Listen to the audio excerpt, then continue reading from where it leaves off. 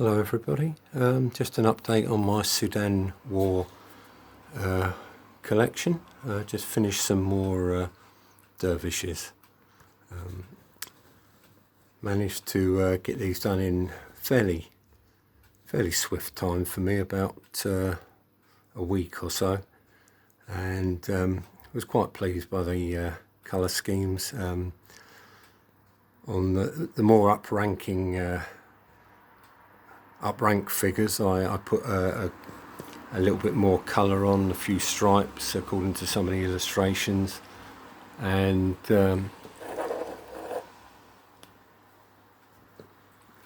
quite a lot of drummers I seem to end up with. Put a few patches on there. Going by some of the illustrations in the War Games book, what was it, Warlord Games, I think, book Blood on the Nile. Some of the figures seem to be attired in not white, but sort of off-white, and even almost an orangey beige colour, so I put a few of those in for variety. One-piece castings came out quite well. Quite pleased with the way he came out. Some of the other ones at the back there, as I say, some of the emirs and senior commanders in there, and overall quite content with those. Flesh tones were varied a little bit between the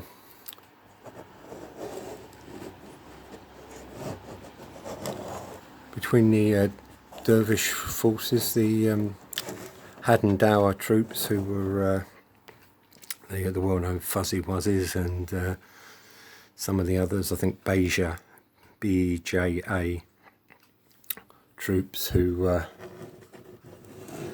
a little bit lighter skinned.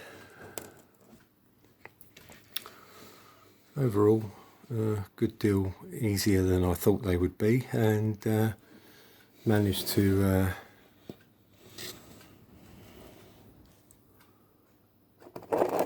get them done in world record time for me, really. One-piece casting, which surprisingly effective. I was a little bit worried about getting some of the little corners and nooks and crannies, but the shield was the only thing that went on after painting.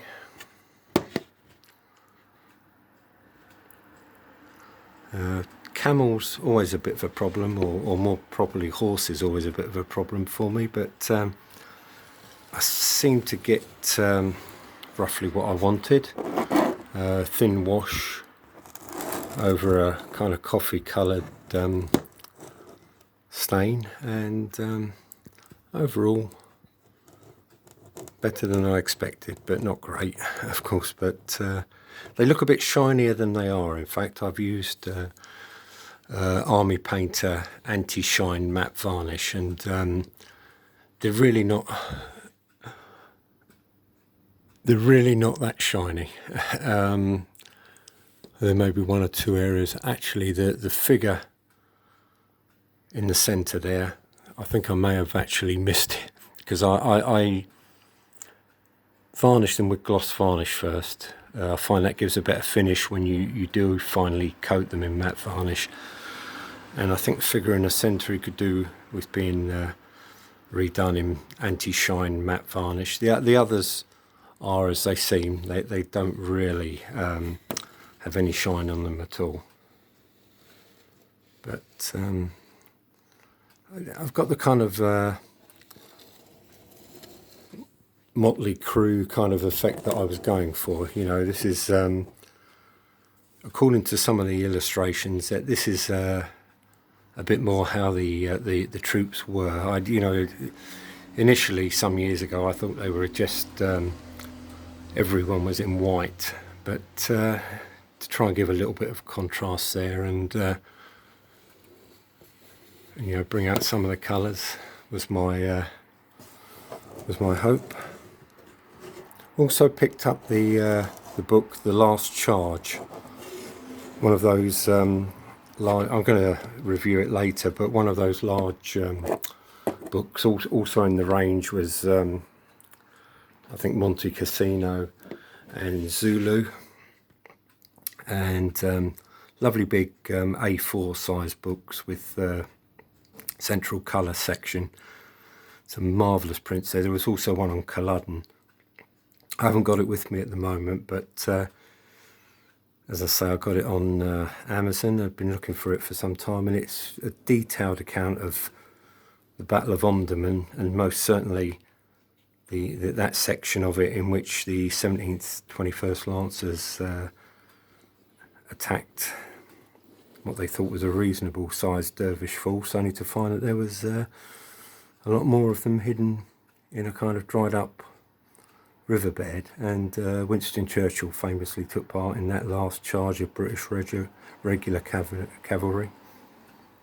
And anyway, folks, I'll leave you with that. As I say, just a very, very brief update on what I've been up to. And it's actually quite good looking through the camera, because I do start to identify places on the figures that do need another toning down with the anti-shine paint.